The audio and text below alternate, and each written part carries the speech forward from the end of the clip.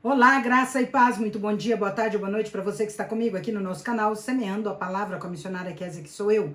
Como é bom estar com vocês nesse dia 22 de novembro de 2024, para juntos fazermos nossa leitura bíblica diária. Peço que deixe o seu like, compartilhe esse vídeo com o máximo de pessoas possíveis, deixe também um comentário, e se você for novo ou nova por aqui, se inscreva no nosso canal, ative o sino de notificações para receber também nosso devocional diário Meditar e Orar.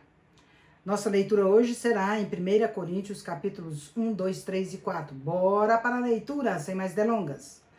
1 Coríntios, capítulo 1. Paulo, chamado para ser apóstolo de Cristo Jesus pela vontade de Deus, e o irmão Sóstenes. A igreja de Deus que está em Corinto, aos que têm sido santificados em Cristo Jesus e chamados para ser santos, com todos os que em toda parte invocam o nome do nosso Senhor Jesus Cristo, Senhor deles e nosso. Graça e paz a vocês da parte de Deus, o nosso Pai, e do Senhor Jesus Cristo. Ação de graças. Sempre dou graças ao meu Deus por vocês, por causa da graça que dele receberam em Cristo Jesus. Pois por meio dele vocês foram enriquecidos em tudo, isto é, em toda palavra e em todo conhecimento, segundo o testemunho de Cristo que foi confirmado entre vocês. Desse modo, não falta a vocês nenhum dom espiritual, enquanto esperam que o nosso Senhor Jesus Cristo seja revelado. Ele os manterá firmes até o fim, para que vocês sejam irrepreensíveis no dia do nosso Senhor Jesus Cristo. Fiel é Deus que os chamou à comunhão com seu Filho Jesus Cristo, nosso Senhor. Divisões na igreja. Irmãos, em nome do nosso Senhor Jesus Cristo, suplico a todos que concordem uns com os outros no que falam e que não haja divisões entre vocês, antes que todos estejam unidos em um só pensamento e em um só parecer. Meus irmãos, fui informado por alguns da casa de Chloe de que há desavenças entre vocês. Com isso, quero dizer que há entre vocês quem afirma: eu sou de Paulo, eu sou de Apolo, eu sou de Cefas, ou ainda, eu sou de Cristo. Acaso Cristo está dividido? Paulo foi crucificado em favor de vocês? Vocês foram batizados em nome de Paulo? Dou graças a Deus por não ter batizado nenhum de vocês, exceto Crispo e Gaio, de modo que ninguém pode dizer que foi batizado em meu nome. Batizei também os da casa de Estéfanas. Além desses, não me lembro de ter batizado mais ninguém. Pois Cristo não me enviou para batizar, mas para pregar o evangelho, não com palavras de sabedoria humana, para que o poder da cruz não seja diminuído. Cristo, sabedoria e poder de Deus. Pois a mensagem da cruz é loucura para os que perecem, mas para nós que somos salvos é o poder de Deus. Pois está escrito: destruirei a sabedoria dos sábios e rejeitarei a inteligência dos inteligentes. Onde está o sábio? Onde está o mestre da lei? Onde está o filósofo desta era? Acaso Deus não tornou louca a sabedoria deste mundo? Visto que na sabedoria de Deus o mundo não o conheceu por meio da sabedoria humana, agradou a Deus salvar aqueles que creem por meio da loucura da pregação. Os judeus pedem sinais milagrosos e os gregos procuram sabedoria. Nós, porém, pregamos Cristo crucificado, o qual de fato é escândalo para os judeus e loucura para os gentios. Mas para os que foram chamados, tanto judeus como gregos, Cristo é o poder de Deus e a sabedoria de Deus. Porque a loucura de Deus é mais sábia que a sabedoria humana, e a fraqueza de Deus é mais forte que a força do homem. Irmãos, pensem no que vocês eram quando foram chamados. Poucos eram sábios segundo os padrões humanos, poucos eram poderosos, poucos eram de nobre nascimento, mas Deus escolheu os que são loucos para o mundo a fim de envergonhar os sábios, e os que são fracos para o mundo a fim de envergonhar os fortes. Deus escolheu as coisas insignificantes do mundo, os desprezados e as coisas que não são para invalidar as que são, a fim de que ninguém se vanglorie diante dele. É, porém, por causa dele que vocês estão em Cristo Jesus, o qual se tornou para nós sabedoria de Deus, justiça, santidade e redenção, a fim de que, como está escrito, aquele que se gloriar, glorie-se no Senhor. 1 Coríntios, capítulo 2. Eu mesmo, irmãos, quando estive entre vocês, não fui anunciar o mistério de Deus a vocês com superioridade de discurso e de sabedoria, pois decidi não saber de nada enquanto estivesse entre vocês, exceto de Jesus Cristo e este crucificado. Foi com fraqueza, temor e com muito temor que estive entre vocês. A minha mensagem e a minha pregação não consistiram em palavras persuasivas de sabedoria, mas em demonstração do poder do Espírito, para que a fé que vocês têm não se fundamentasse na sabedoria humana, mas no poder de Deus. A sabedoria procedente do Espírito. Entretanto, falamos de sabedoria entre os que já têm maturidade, mas não da sabedoria desta era, nem a dos poderosos desta era, que estão sendo reduzidos a nada. Ao contrário, falamos da sabedoria de Deus em mistério, uma sabedoria que esteve escondida e que Deus havia predeterminado para a nossa glória antes do princípio das eras. Nenhum dos poderosos desta era entendeu essa sabedoria, pois se a tivessem entendido, não teriam crucificado o Senhor da glória. Todavia, como está escrito, nenhum olho viu, nenhum ouvido ouviu e coração nenhum concebeu o que Deus preparou para aqueles que o amam. Deus, porém, o revelou a nós por meio do Espírito. O Espírito sonda todas as coisas, até mesmo as profundezas de Deus. Pois quem conhece os pensamentos do homem, a não ser o Espírito do homem que nele está? Da mesma forma, ninguém conhece os pensamentos de Deus, a não ser o Espírito de Deus. Nós, porém, não recebemos o Espírito do mundo, mas o Espírito que procede de Deus, para que entendamos as coisas que Deus nos tem dado por sua graça. Delas também falamos, não com palavras ensinadas pela sabedoria humana, mas com palavras ensinadas pelo Espírito Santo, explicando o que é espiritual com palavras espirituais.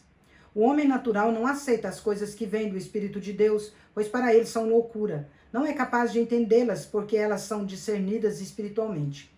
Contudo, o homem espiritual julga todas as coisas, e ele mesmo por ninguém é julgado. Pois quem conheceu a mente do Senhor para que possa instruí-lo? Nós, porém, temos a mente de Cristo. 1 Coríntios capítulo 3. Sobre as divisões na igreja.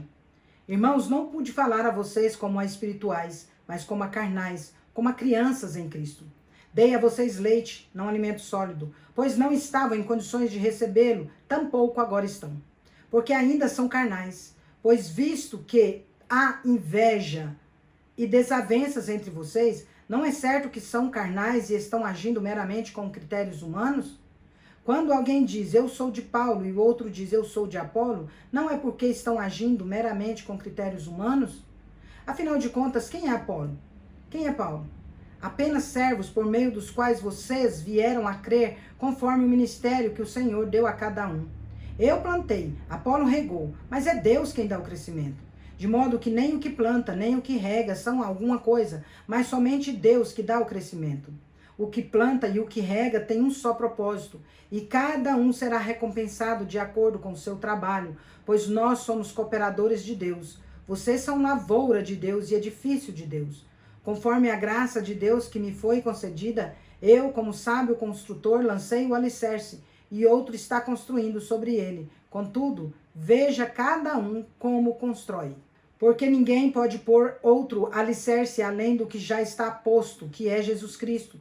Se alguém constrói sobre esse alicerce usando ouro, prata, pedras preciosas, madeira, feno ou palha, a sua obra será mostrada, porque o dia atrará a luz. Ela será revelada pelo fogo, e o fogo provará a qualidade da obra de cada um. Se o que alguém construiu permanecer, este receberá uma recompensa. Se a obra que alguém construiu for consumida, este sofrerá prejuízo. Contudo, será salvo como alguém que consegue passar pelo fogo. Vocês não sabem que são templo de Deus e que o Espírito de Deus habita em vocês? Se alguém destruir o templo de Deus, Deus o destruirá. Mas o templo de Deus, que são vocês, é santo. Não se engane, se algum de vocês pensa que é sábio segundo os padrões desta era, deve tornar-se louco para que se torne sábio, porque a sabedoria deste mundo é loucura aos olhos de Deus, como está escrito, apanha os sábios na astúcia deles. E também, o Senhor conhece os pensamentos dos sábios e sabe como são fúteis. Portanto, ninguém se glorie nos homens, porque todas as coisas são de vocês. Seja Paulo, seja Apolo, seja Cefas, seja o mundo, seja a vida, seja a morte, seja o presente, seja o futuro. Tudo é de vocês e vocês são de Cristo e Cristo de Deus. 1 Coríntios capítulo 4. Apóstolos de Cristo. Apóstolos de Cristo. Portanto, todos devem nos considerar servos de Cristo e administradores do ministério de Deus. O que se requer desse ministério é que sejam fiéis. Contudo, pouco me preocupa ser julgado por vocês ou por qualquer tribunal humano. De fato, nem eu julgo a mim mesmo, porque a minha consciência em nada me acusa, mas nem por isso sou inocente. O Senhor é quem me julga, portanto não julguem nada antes do tempo. Esperem até que o Senhor venha. Ele trará à luz o que está oculto nas trevas e manifestará as intenções de cada coração. Então cada um receberá de Deus a sua recompensa. Irmãos, apliquei essas coisas a mim e a Apolo, pelo bem de vocês, para que aprendam de nós o que significa não ir além do que está escrito. Assim, ninguém se orgulhe de um homem em detrimento de outro.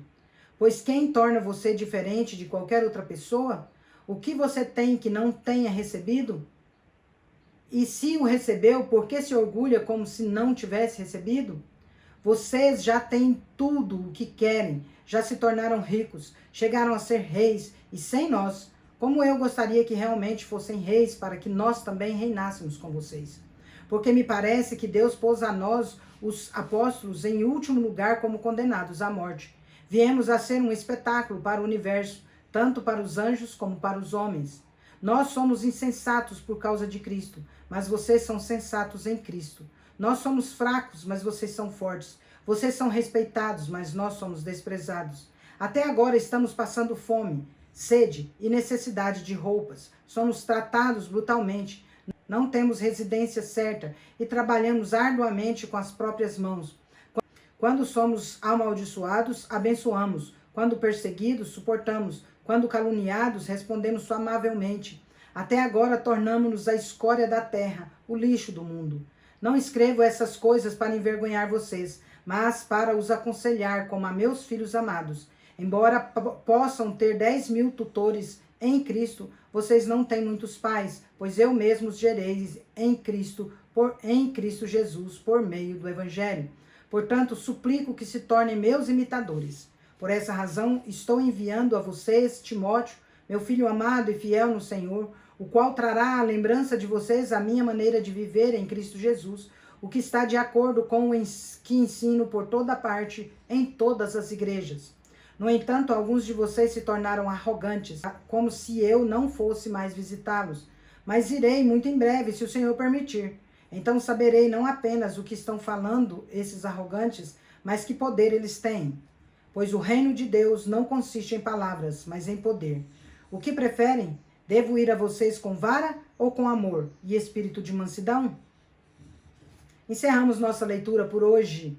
Vós, porém, sois raça eleita, sacerdócio real, nação santa, povo de propriedade exclusiva de Deus, a fim de proclamardes as virtudes daquele que vos chamou das trevas para a sua maravilhosa luz. 1 Pedro 2,9. Agora vamos comigo ali parabenizar os aniversariantes de hoje. Bora lá. Parabéns e feliz aniversário para você que está completando mais um ano de vida nesse dia 22 de novembro de 2024. Parabéns aos casais que estão comemorando mais um ano de casados e aos bebezinhos mais um mês de vida. Meus parabéns especial vai para a Morgana, aqui em Portelândia, dentista, minha dentista. Vai também para a evangelista Célia, lá em Patrocínio, Minas Gerais. Que Deus abençoe vocês grandemente. Quero orar por vocês. Vamos orar? Pai de amor, quero agradecer ao Senhor por conceder a Morgana e a evangelista Célia mais um ano de vida. Rogo as ricas bênçãos do Senhor sobre elas, Pai querido, que o Senhor possa estar cuidando, Pai, da vida de cada uma vez que elas são firmes nos propósitos do Senhor, que elas sejam fortalecidas cada vez mais e entendam, Deus, a necessidade de serem mais comprometidas cada dia mais com o Senhor. Pai, derrame sobre elas dádivas de amor, de paz, de alegria, de prosperidade, de saúde, de muitas felicidades, muitos anos de vida, sabedoria, discernimento, que a boa, agradável e perfeita vontade do Senhor se cumpra na vida delas, em nome de Jesus, hoje e sempre. Amém. É isso aí, meus queridos e queridas, Deus é justo e bom. Vamos